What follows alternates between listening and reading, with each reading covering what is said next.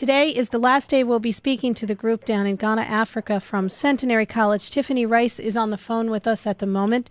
Tiffany, it's about lunchtime in Ghana, and you're having a buffet, I understand. How is the food there? I've been actually surprised. I was very nervous. I'm very nervous about trying new things, and I've pretty much liked almost everything. A lot of rice and chicken and fish.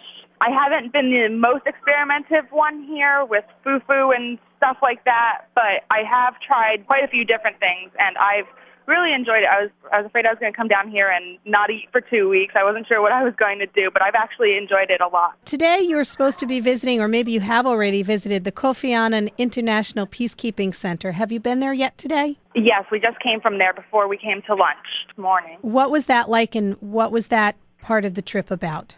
We went in, and it was we had like a briefing lecture on what the center does and how they train military, they train police, they do internships. They're actually right now training, we saw a bunch of Ugandan officers there. They're training people to send into Darfur for peacekeeping missions. And then we also asked if they were training civilians to learn how to keep the peace once the military and the police pull out, and they said that they are. So I thought that was a positive thing. And they train people from all over the world. They work very closely with the UN. So it was interesting to learn a little bit more about it, because being a criminal justice major and I've studied a lot of political science, getting to know more about it in depth was pretty interesting toward the facilities. Tiffany, yesterday you visited one of the universities, actually the University of Ghana. How was that compared to Centenary or another university here in the United States? Their university is huge. I actually wanted to ask how many square miles it is, because I think about it and I'm like, you can't get from one end to the other without a car, and a lot of them take taxis. Our one guide who works with the International Studies program at the University of Ghana, and she graduated from there. She told us that to go from lunch to back to her office, she always takes a taxi because it's far. And I was like, wow. And I complain about walking from the Founders Lot to the C building. So I was like, it's far. It's big. It's very large. Everybody was really nice. We met a girl that was studying there from the University of North Carolina, I believe. She's studying there for a semester, and she was really nice.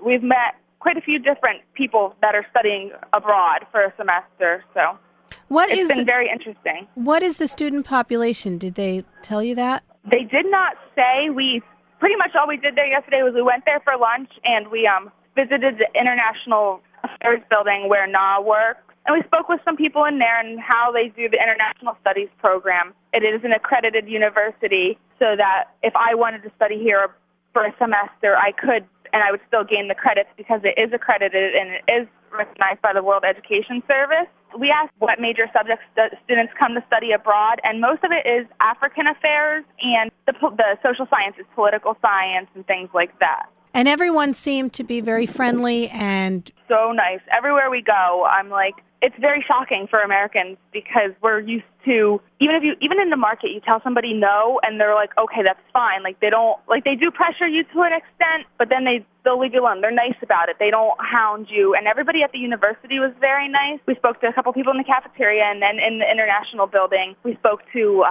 quite a few students that were doing internships, and everybody's so nice. I'm amazed. So this has absolutely been the trip of a lifetime for you, Tiffany, I would say. It has. I traveled abroad to England my senior year in high school, but it wasn't as much of a culture shock thing. Everything has been absolutely amazing. The food has been good. I think I've eaten better here than I did in England, actually, because wasn't crazy about the food there. And everybody's been amazing. Our guides have been amazing. Dr. Obiri is constantly, all you have to do is, even if he's not trying to teach you something, all you have to do is listen to him or have a normal sit-down conversation with him, and you learn so much because he's so educated and so respected. And I see it with the places that we go. He knows everybody, and he's very highly respected. So we are absolutely honored to have him as part of this trip. Tomorrow you leave to come back to the United States. How do you think you'll feel once you get on the airplane and actually start reflecting about everything? I think a bunch of us were talking about it earlier. Some of us are, I feel like I'm ready to go home. I think 2 weeks was a good amount of time.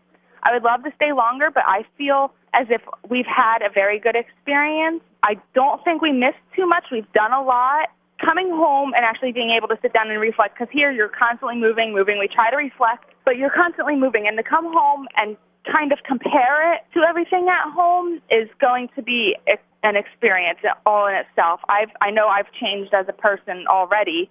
I can feel it within myself, and the way I look at the world, not necessarily people, but just the whole world as a whole has changed. It makes me appreciate a lot more. I don't take simple things for granted anymore. I was speaking with my mother the other day, and I told her about how much I appreciate just a paved road.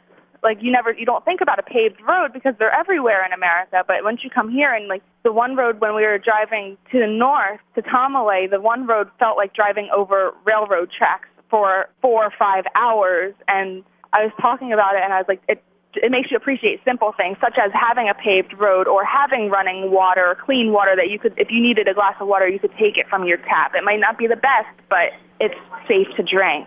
Once you're back here in New Jersey and back on the campus of Centenary College, I want to talk to all of you because I have so many more questions I want to ask you, but I can't ask them until you actually have time to look back in your notes that you've taken and reflect on what you've done. And then I have a whole slew of questions ready to ask you at that point. So we'd love to. Have a wonderful afternoon. I know you have some free time this afternoon and a very early wake-up call tomorrow morning. Very early. Please give everyone my best and my love. When will you actually be getting back to campus? Our flight is supposed to land around between 5 and 6 without any delays. If everything goes as scheduled, our flight is supposed to land between 5 and 6. Once we get through customs and everything at JFK, we're hoping around like 8:30ish, 9 o'clock, but it all depends on the flight schedule and delays and how long it takes us to get through customs, but we're hoping it's not too late. Tiffany Rice, thank you so much for talking to us. Enjoy your last day in Ghana, and we'll see you when you get back. Okay, thanks, Mel. Reporting for WNTI and Centenary College, this is